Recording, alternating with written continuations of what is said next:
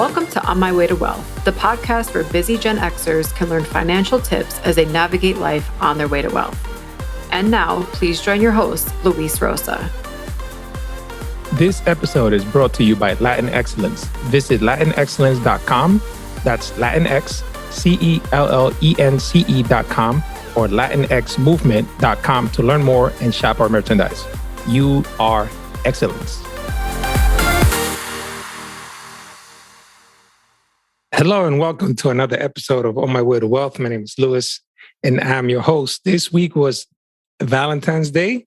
I know a lot of you celebrated it probably last weekend or so, but in honor of just couples in general, love, right? I wanted to talk about money dates. You might have heard me mention those in the past throughout some of the episodes that I've done. And I wanted to dive a little deeper into it and talk about what a money date is, why they're important, and also how to structure them so that you get the most out of them. So let's talk about the first thing is, what is a money date? Pretty much exactly what it sounds like. Just like a regular date with you and your partner, have a scheduled time for yourselves. But in this case, the focus of the date is actually being on the same page financially. And you do several things throughout the date to kind of see how things are going, talk about things that have happened, things that will happen, and if any adjustments need to be made. You know, as a couple, very likely you have joint goals. Very likely you have a joint budget as well. So you want to make sure that it's working and you want to set time apart because you want to make sure that the conversation isn't awkward, that nobody feels uncomfortable. And if you have them regularly, it's just going to become part of your routine. You know, I recommend that you do these at least once a month. Maybe at the beginning, when you're first getting started, it might make sense to do it more regularly just to cover more ground more quickly. And then eventually, once things are more or less on cruise control, then you can have them, I would say, at least once a month. Now, you can combine these with a date, but I wouldn't recommend that you do this at a restaurant, for example. Like maybe do it at the house before you leave for the restaurant because you're going to be talking about things that are very specific.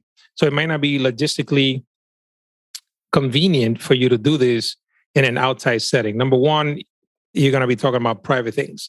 And number two, you might need to reach for something, whether it's your laptop or somewhere where you have some sort of information that you might need, a pay stub or something like that. So I would recommend perhaps order takeout and have it at the house in a private setting, or do it before you go on an actual date so that at least you have everything that you might need handy and you have your privacy. And that's basically what a date is, just like a regular date, but the focus of it is just being on the same page when it comes to your money and your budget. Now, why are they important?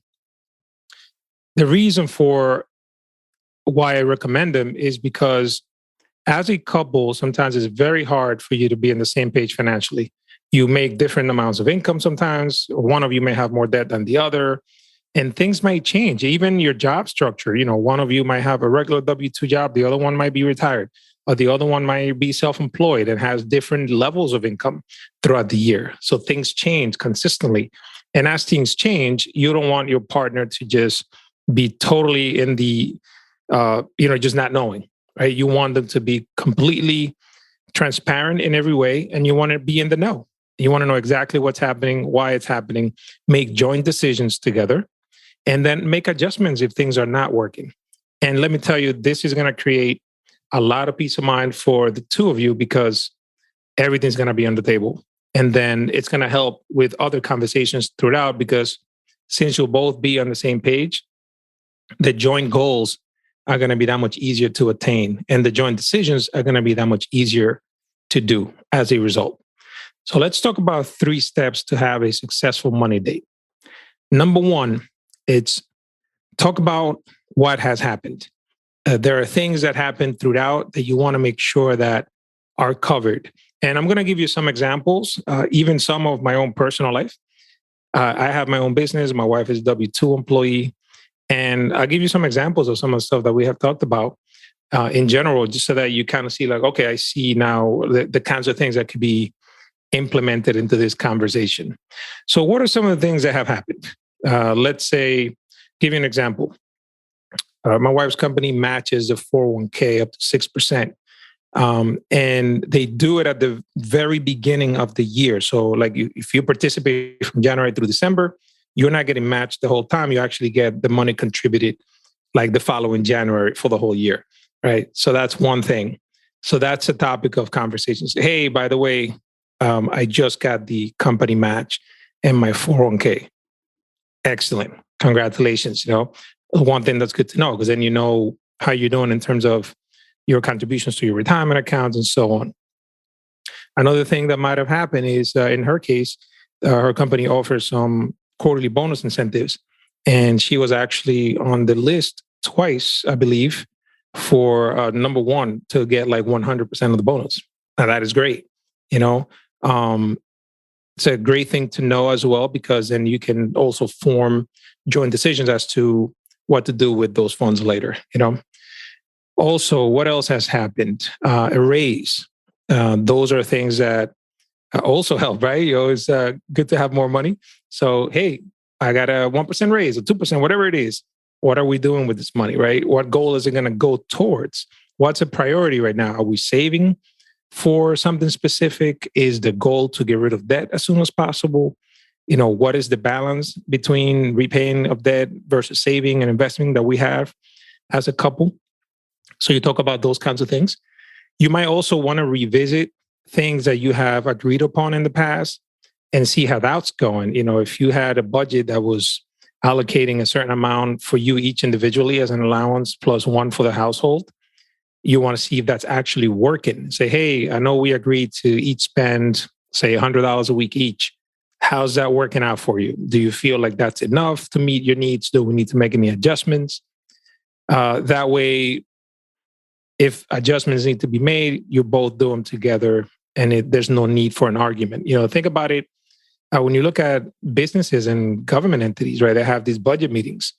And this is important for us to have this designated time to treat our family budget as we would a corporate budget, right? We have to make decisions because there's only a finite amount of money that comes in. So we have to be on the same page as to how it goes back out, right? In terms of repaying debt, paying bills, investments, so on and so forth. What are some of the other things that have happened? Hey, this month we had some medical bills that we did not expect. We saw a doctor that was out of network. So we have that copay or whatever, right? So we talk about it. Hey, normally we save X amount per month, but because this month we had this $600 expense that we were not expecting, we're only going to save the difference, right?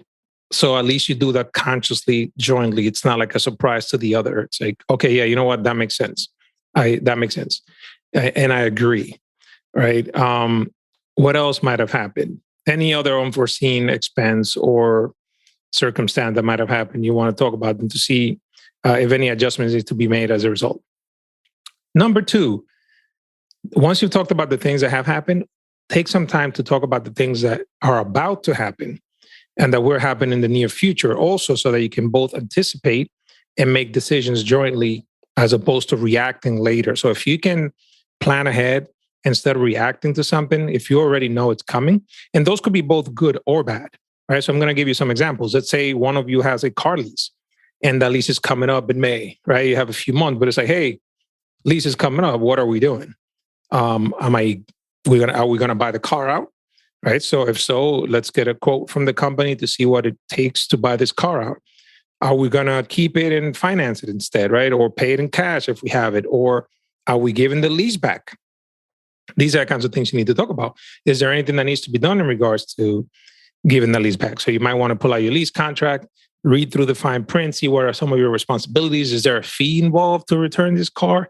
Might there be a fee because of some wear and tear that's not covered or some damage to the vehicle? Things like that. So you want to anticipate for those and talk about them together so that you can make a plan accordingly. Very important. What else can be coming up? Speaking of leases, what if you rent and your lease is coming up in August? And it's okay, well, are we staying in this apartment? Are we ready to buy the house like we had planned? Are we going to continue to rent, but we don't like this place anymore and we're going to move to a bigger place or a smaller place?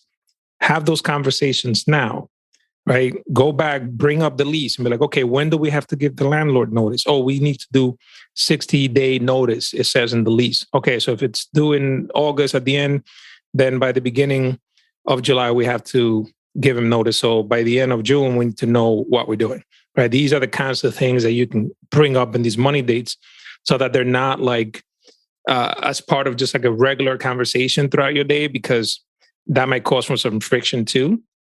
At least now you're taking some time to really dissect things and make these joint decisions.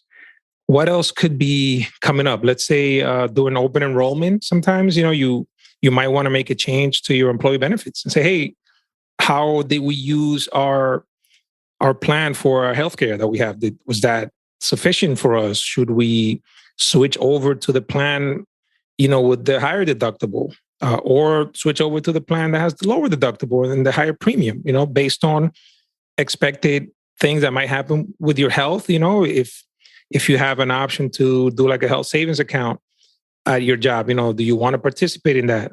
So you go over those things together and figure those things out so that you're not reacting to things. What else might be coming up? Let's see. Talked about moving, talked about cars. It could be also, it doesn't always need to be something negative or an expense. It could be something good as well. So if you already know that there's a bonus coming or a raise, you can talk about those ahead of time as well. Say, hey, we have, this incentive is coming up in my job. I qualified for it, or I'm getting this raise. Or what about stock options? Could talk about those as well. This is very common nowadays.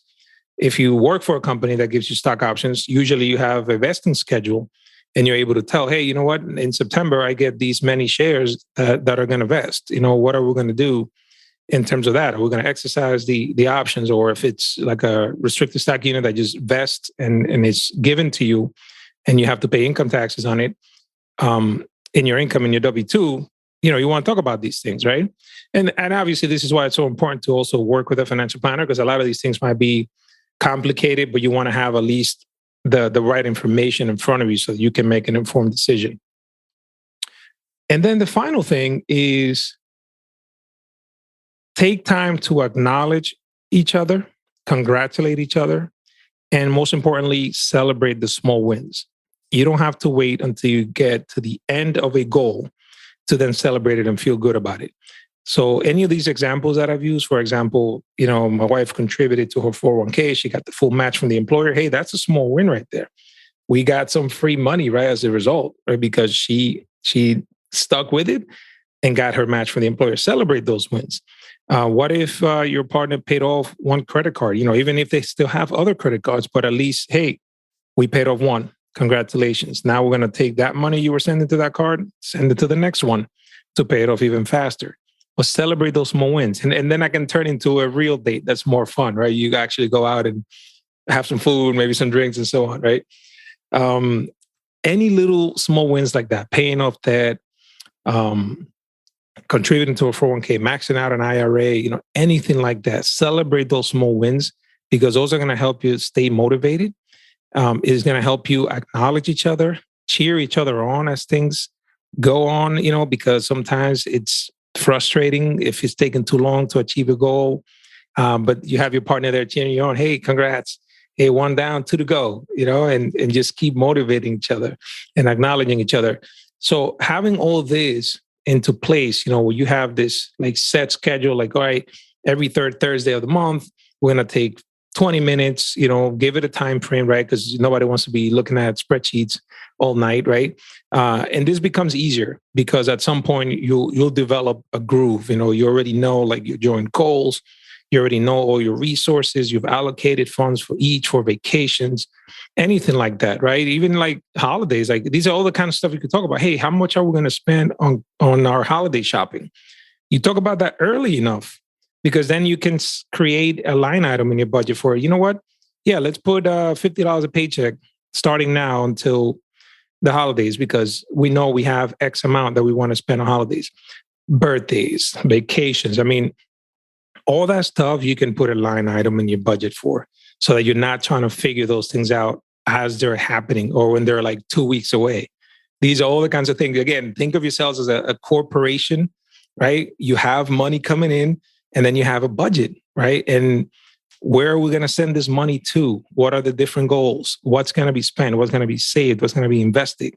And adjust accordingly as life happens throughout. But the more you can plan ahead, the better it's going to be, because it's going to get you on the same page sooner, have less friction in your conversations. You're both going to feel good about it, because you're going to feel heard by your partner, understood, and also there's no need to hide anything or feel any type of judgment either way, right? Because it's all on the table.